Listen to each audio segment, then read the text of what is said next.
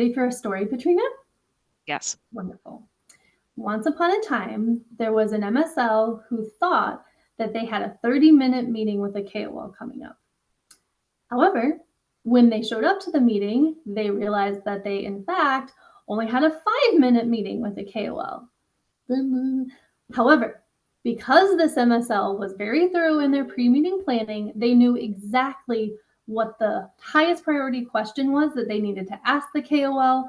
They were able to have a wonderful discussion and bring back actionable insights, and everyone lived happily ever after.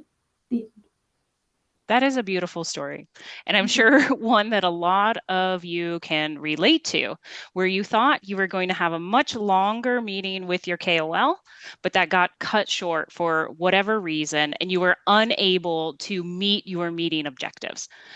Stick around. We've got a really great hack for you today. Catherine is going to tell all of her secrets and top tips around pre-meeting planning. You guys are going to learn why pre-meeting planning is critical to gathering really great insights. Be sure to stick around to the end because we are going to talk about a pre-meeting planning template that can help you with this. It's a really awesome resource. Thank you all for being here. My name is Patrina. I'm the creator of Medical Affairs Strategy Hacks, a YouTube channel dedicated to helping medical affairs professionals improve their skills. And now, officially, I think, or maybe unofficially, Catherine, welcome back to the channel. She's back, guys. This is the 4th hack in a row. We're really lucky to get to learn her tips and tricks and all of her experiences. So Catherine, thank you so much for being here again. You're welcome. Thank you for having me again. Thank you for letting me live my dream of being a YouTube personality.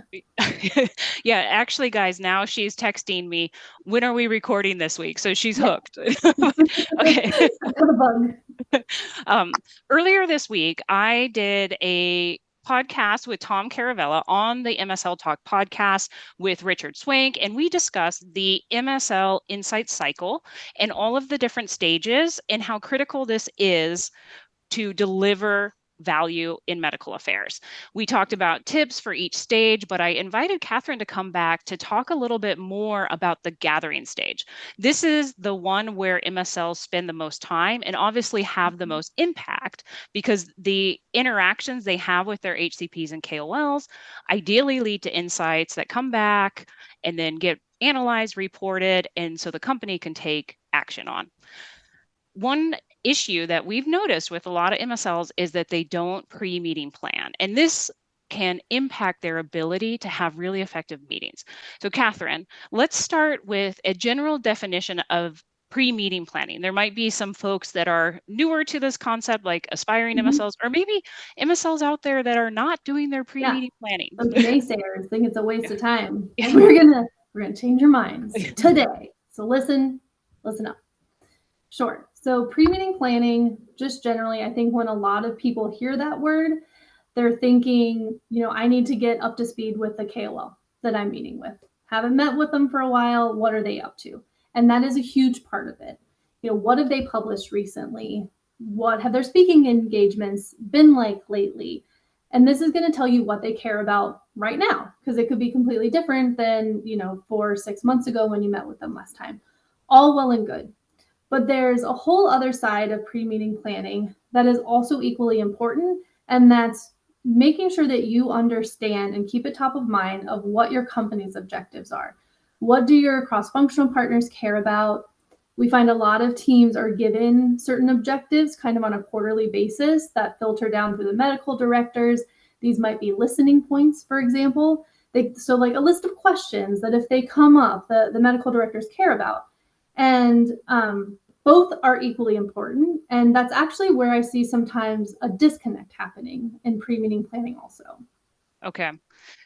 So you would describe it as just basically getting ready for your meeting. You described some of the steps you take to help you prepare for the meeting. So reviewing the KOL's publications, if they spoke at congresses, probably their social media as well. If you guys haven't watched our hack on relationship builders, definitely check that one out. I'm going to link that up there for you guys.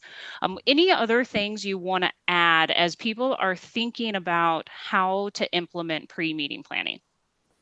Absolutely. So I just kind of touched on it where I feel like sometimes there's a disconnect between these two aspects. People will do one or the other, or they'll look at both, but they won't harmonize them. And that's the real hack that I wanted to share today, is that all of those listening questions or priorities that your medical strategy have, they might not all apply to the physician you're going to be meeting with or the KOL you're going to be meeting with.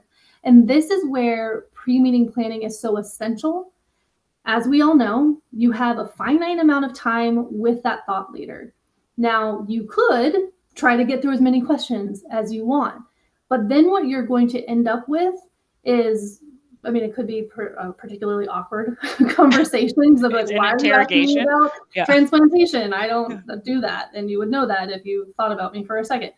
Or what you're going to get when you're concentrating on asking too much are a lot of what we talked about, I think it was last week, those pre-insights.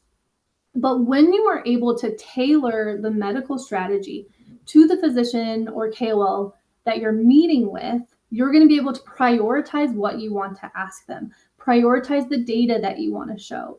And that is going to be super important if you run into the scenario that I talked about in my wonderful story that I should write a novel out of, when you go from a 30-minute meeting to a 5-minute meeting.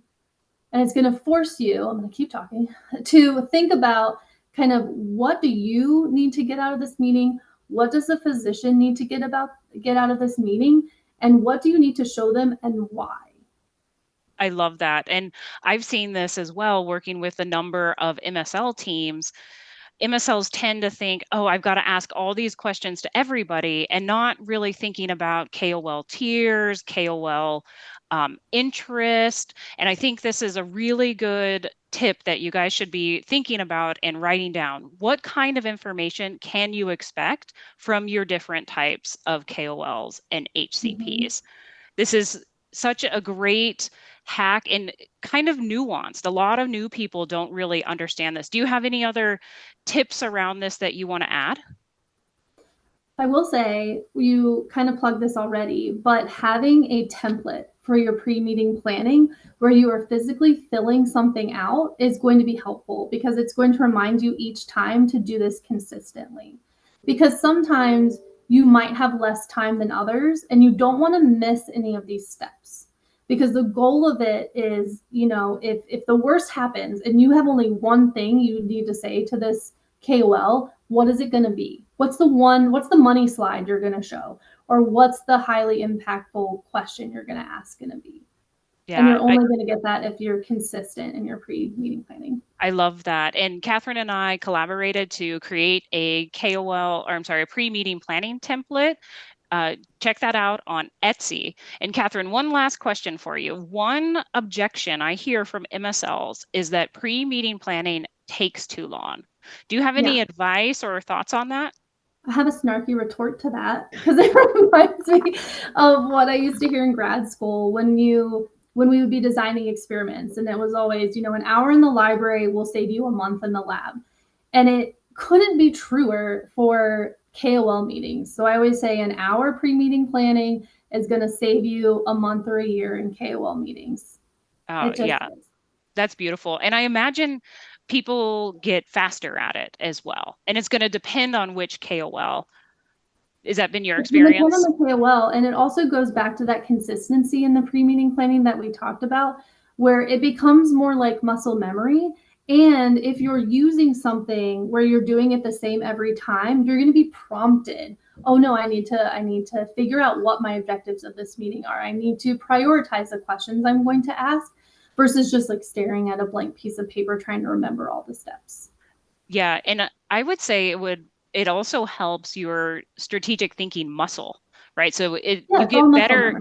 Yeah, you get better and better at it. So thank you so much again, Catherine, for being here. Guys, definitely check out our KOL.